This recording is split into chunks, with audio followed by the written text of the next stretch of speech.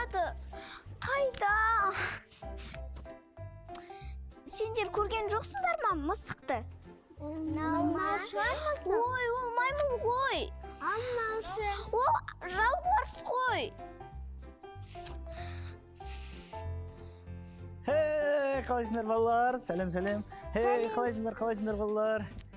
Қалайсың Еркеназ? Жақсы. Неге көңіл күйің жоқ? Мен мысығыма тамақ алып келейін деп есіктің алдына қойып кетсем, қайттан жоқ. Мысығым жоқ? Иә. Жоғалып кетті ме өзімен өзі? Иә. Сен алаңдама, бағдарлама бітсін, жақсылап іздейміз, бірге іздейміз, уәде берем. Рас па? Иә. Қазір бірінші халықпен амандасып алайық, Сәлем достар. Қайырлы күн біздің қымбатты көрермендер, қалдарың қалай? Біз сендерді сағынып қалдық. Өздеріңмен қайта қауышқанымызға қуаныштымыз. Солай ма балалар? Иә.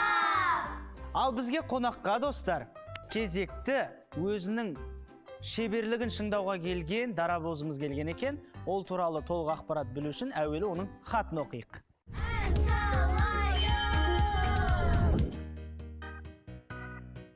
Менің есімім Ахмет, жасым 8-де, Алматы қаласында тұрам. Мен футболға қатысам, ән айтуды да жақсы көрем. Ән салайыққа келу мақсатым атақты әнші болғым келеді. Ол үшін түрлі байқауға қатысуым қажет екенін білем. Бірақ ол жерде өзімді толық көрсете алмай қалам ба деп қорқам. Бір шетінен қазылар алқасында тек жақсы адамдар отырады деп ойлаймын. Десе де қорқыныш басым болып тұр.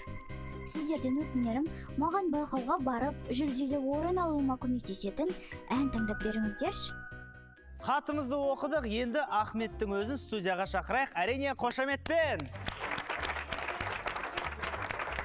Ахмет, қош келдің. Қалың қалай? Жақсы. Көңіл күйің қалай? Өте күшті. Рахмет. Бәрекелді, Ахмет. Сені біз мықты спортшы деп естідік. Енді тақырыптан сәл ауыттай тұрайық. Футболды жақсы көреді екенсің, шатаспаса? Шыныңды айтшы. Футбол көбірек ұнай ма, жоқ әлде ән айтқан көбірек ұнай ма? Негізіден ән ұнайды. Бәрекелді, сол үшін де бізге келіп тұрсы ғой негізінде.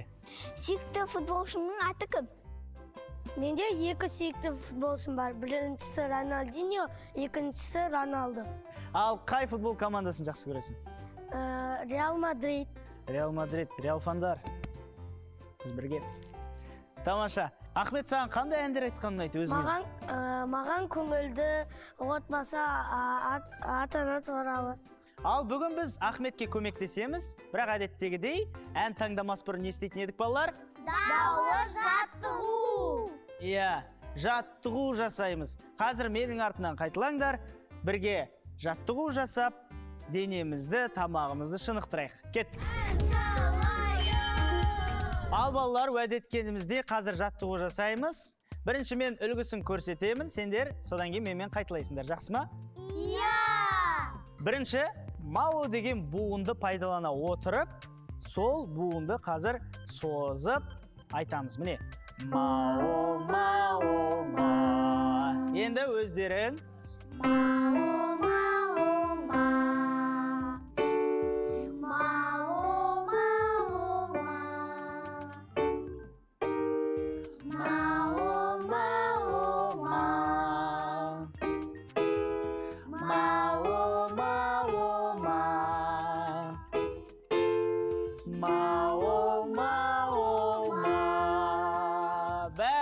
Келді балалар.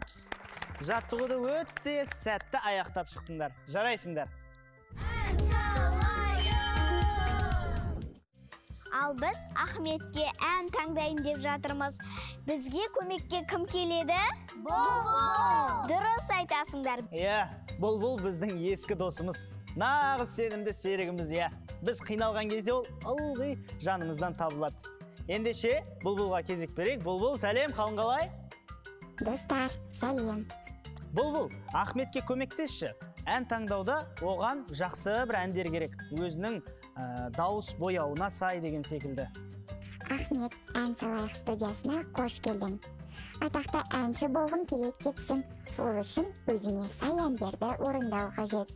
Сол үшін саған әндер тізбегін ұсынғым келеді. Қанат Үмбетов пен Жанар Даукееваның орындауында «Жан жылуы» әнін тыңдап көр. Жан жылуым саған, ән ғұмырым саған. Аман болсын ұл мен қызың, аман болсын дала. Тағы қандай ұсыныстарың бар? Қарақат Абылдинаның «Жақсы адамдардың» әнін шырқасаң, байқауда жеңіске жетуіне сенімдімін. Жақсы адамдарым, кем емессіңдер патшадан бәрің. Бес күн өмірде жасалсын ылғи, жақсы малдарың, жақсы адамдарың. Осы тыңдалған әндердің қайсысын атсаған, Ахмет? Жақсы адамдарым. Жақсы, саған сәттілік тілеймін. Болашақта сенен керемет әнші шығатынына сенімдімін. Тамаша. Маған да сол ән ұнап еді. Саған ше, Еркеназ? Маған да сол. Иә. Ахметке «Жақсы адамдарым» деген ән сәл қиындау сияқты. Жоқ, мен айтып шығам. Дұрыс айтасың, Ахмет. Бастысы сенімділік қой. Егер сенім болмаса, ешқандай туынды ол ең жоғарғы деңгейде орындалып шықпайды. Рас қой? Иә. Бастысы сенімділік, шынымен. Сенің өзіңе деген сенімділігіңе біз риза болып отырмыз. Егер сабаққа ден қойып, бар күш-жігеріңді салсаң, кез келген шығарманы өзінің деңгейінде жақсы орындап шығуға болады. Олай болса, ортаға келе ғой, «Жақсы адамдарым» әніне біз қазір дайындаламыз. Балалар, дайындықты бастамас бұрын әдеттегідей, мен сендерге қызықты ақпарат айтатын едім ғой. Сол ақпаратқа құлақ түріңдер, жақсы ма? Иә. Енді бүгін бізге Ахмет келіп отырғаннан кейін ер адамдардың диапазоны жайлы тоқталып өтсек. Жалпы әр адамның табиғатынан өзінің әртүрлі дауыс ырғағы, тембрі және диапазоны болады. Соның ішінде ер адамдардың ең жоғарғы диапазоны ол тенор деп аталады. Ал ең төменгі нотадағы диапазонды бас деп атаймыз. Ал осы тенор мен бастың ортасындағы диапазонды біз баритон деп атаймыз. Түсінікті ма, балалар? Сендерге түсінікті болды ма? Ендеше біз дайындығымызды бастаймыз. Мінекей, Ахмет, «Жақсы адамдарым» әннің сөздері менің қолымда тұр. Осы сөздерді қазір жаттаймыз. Бірге осы әнді шырқаймыз. Жақсы ма? Иә. Дайынсың ба? Иә. Ала ғой. Ал, Ахметке қолда білдіріп қойық, балалар. Ахмет, сен бұл әннің әуенін білесің ғой, е? Иә. Олай болса сәттілік, кеттік, бастай ғой. Тірліктен іздеп келеміз пайда, қол сазымыз көп, неге біз айға, күш табатындай, құс қанатындай. Мейірім қайда, береке дейтін базарым қайда, иман мен дәстүр ғажабым қайда, әр қазақ менің жалғызым дейтін, қазағым қайда, жақсы адамдарым, бақыт өмірдің басқа адамдары, тетілік менен татулық дейтін, берік болсын шау тасқа малдарым. Ахмет, мынау бірінші дайындыққа керемет қой. Сен мына әнді күшті сіңіріп апсың өзіңе. Қуанышқа орай мен саған ешқандай сын айта алмаймын. Тек қана браво деймін. Ендеше біз Ахметке сәттілік тілей отыра оның әнін тыңдайық. Ал сендер қолдап отырыңдар, балалар. Құс